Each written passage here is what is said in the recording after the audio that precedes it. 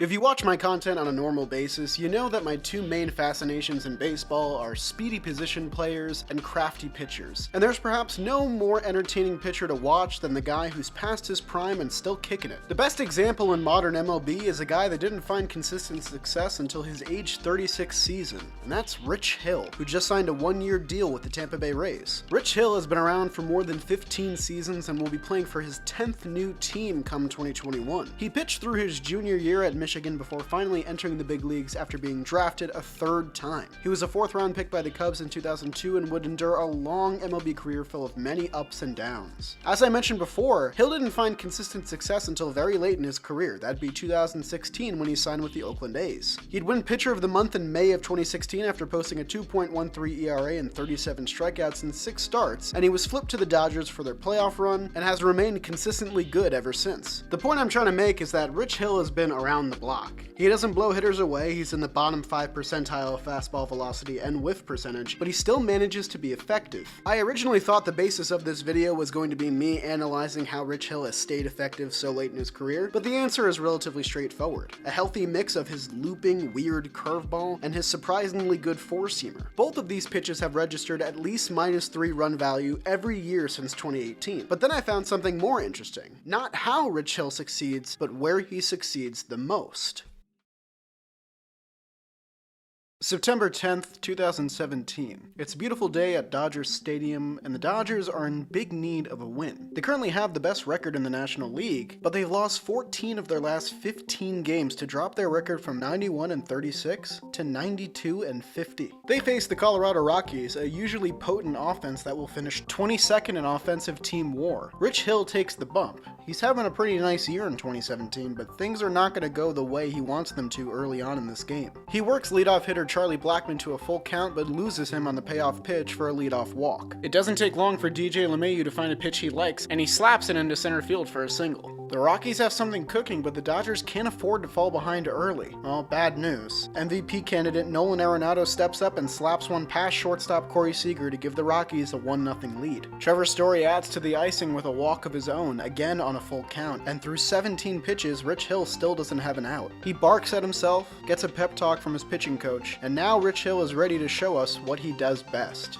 escape a jam. Up first is Carlos Gonzalez, who dodges that fastball high and in. He takes another fastball high, but he's ready to sit fastball and swing at one down the plate, only to pop it up for an infield fly and the first out of the game. Mark Reynolds steps up and Rich Hill continues challenging Rockies hitters with his fastball, clocking in at 89 miles per hour. He throws him 2 in a row to get ahead 0-2, but then completely fools him with a nasty 0-2 curve to get him down on strikes in 3 pitches. The Rockies' bases loaded, nobody out opportunity has quickly faded before their eyes, and it's up to Raimel Tapia to completely not squander it altogether. Hill starts him off with his bread and butter and catches him completely off guard. He tries to throw him 2 more in a row, but Tapia shows off his plate discipline. Hill catches him flat-footed with an 88-mile-per-hour fastball to get him 2-2, and then goes back to the curve one more time, and Tapia simply can't find the bat to the ball, helping Hill end what could have been a disastrous first inning. Nobody in MLB doesn't escape quite like Rich Hill does. Let me explain.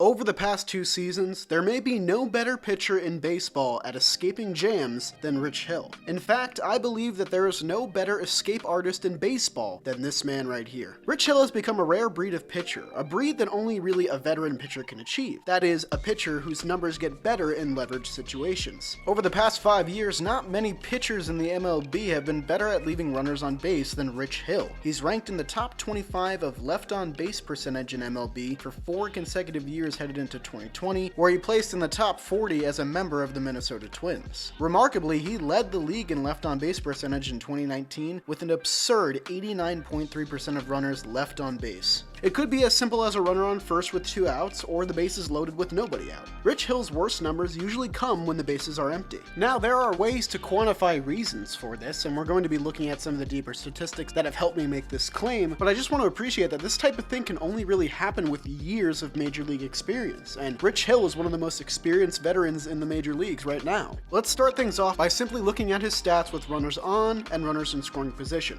As you guys can tell from my little graphic here, in 2019, Rich Hill Hill became gradually more effective the more high leveraged the situation became, especially when there was runners in scoring position with 2 outs, in which hitters were just 1 for 22 against him. The numbers are a bit less impressive and a bit smaller of a sample size come 2020, but still impressive nonetheless.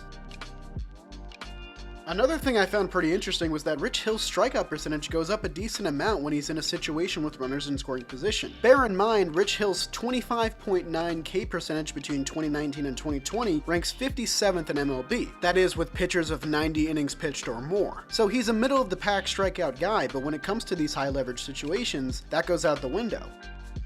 So what we've learned so far is that Hill's effectiveness goes through the roof when there's a runner on second or third, regardless of the amount of outs or whoever is hitting against him. It's also important to note that Rich Hill uses his fastball a lot more in these situations to catch hitters off guard, especially when he's been using his curveball most of the inning prior. There's also an argument to be made that Rich Hill has played with mostly good defenses that back up his balls in play. And this type of thing can be incredibly important in situations with runners in scoring position, so I understand defaulting to that argument. But the 2019 Dodgers had a -5 team D-WAR, 18th in MLB, and the Twins had a 6.9 team D-WAR, 10th in MLB in 2020, which is good, but not among the elite. It is a bit perplexing that Rich Hill is so good in these situations, considering that these are the situations that bullpen pitchers are most qualified for, or at least the type of situations that they're thrown into the most. And when I think of bullpen pitchers and relievers, I think of high velocity and blowing hitters away. And those two things have never been Rich Hill, especially at this point in his career. So it makes this all the more impressive,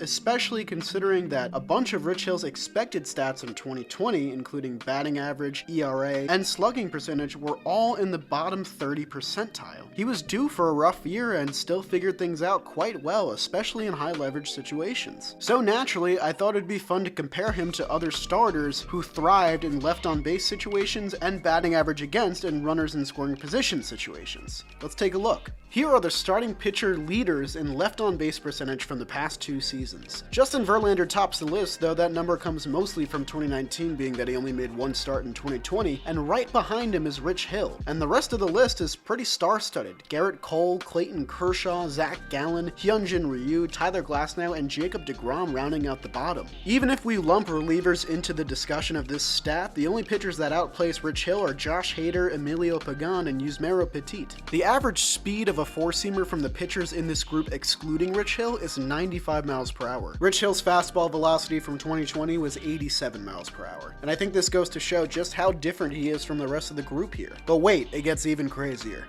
I went ahead and took an in-depth look at the 11 starters listed before, and none of them have a better batting average against with runners in scoring position than Rich Hill. I will admit, Rich Hill has one of the smaller sample sizes here, but the fact is, he shuts hitters down when there's a chance for a run to be scored. And I believe this innate ability to keep runners from scoring is what has kept Rich Hill so effective and relevant in modern baseball. The game is desperately trying to leave Rich Hill behind, but after just celebrating his 41st birthday, he's prepping himself for another major league season. At first, his signing with Tampa Bay perplexed me, but after looking into the stats, it's making a little bit more sense.